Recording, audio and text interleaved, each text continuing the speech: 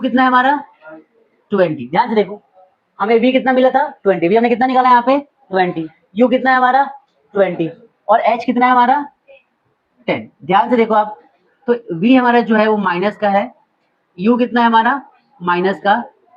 अब इसको काट दो तो कितना आ जाएगा 10 आ जाएगा, h डैश कितना आ गया 10, मतलब कि h डैश क्या दिखा रहा है 10 और हमारा h कितना था वो भी 10 था।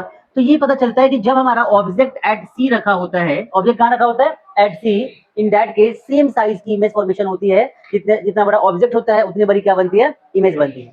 आई बात समझ में सबको, ये कॉन्सेप्ट होता है। अब इस टॉपिक को ना ध्यान से तुम देखो, तो इसमें तुमसे नेचर भी पूछा है और क्या पूछा है और आपसे पूछा है साइज, तो साइज तो सेम हो जाएगा, तो लिखो क्या सेम साइज, क्योंकि ऑब्जेक्ट सी पे रखा है। और ये तीसरा पार्ट होगा, चौथे पार्ट में क्या बोला है नेचर, तो नेचर कैसा होता है रियल एंड इनवर्टेड,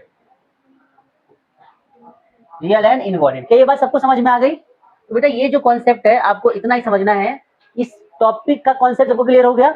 जब भी कभी आपको कभी भी कोई ऑब्जेक्ट क्वेश्चन गिवन है तो आप ध्यान रखना हमेशा क्या क्या पहले गिवन लिखना होता है, गिवन लिखने के बाद में आपको क्या करना है कि उसके बाद सोल्यूशन के लिए जो फाइंड करना है यहाँ लिख लो और फिर यहाँ से स्टार्ट करो। डायग्राम पहले बनाना है, फिर बाद में क्या करना है कैलकुलेशंस करनी है तरीके से, और उसके बाद फिर चीजों को सॉल्व करना है।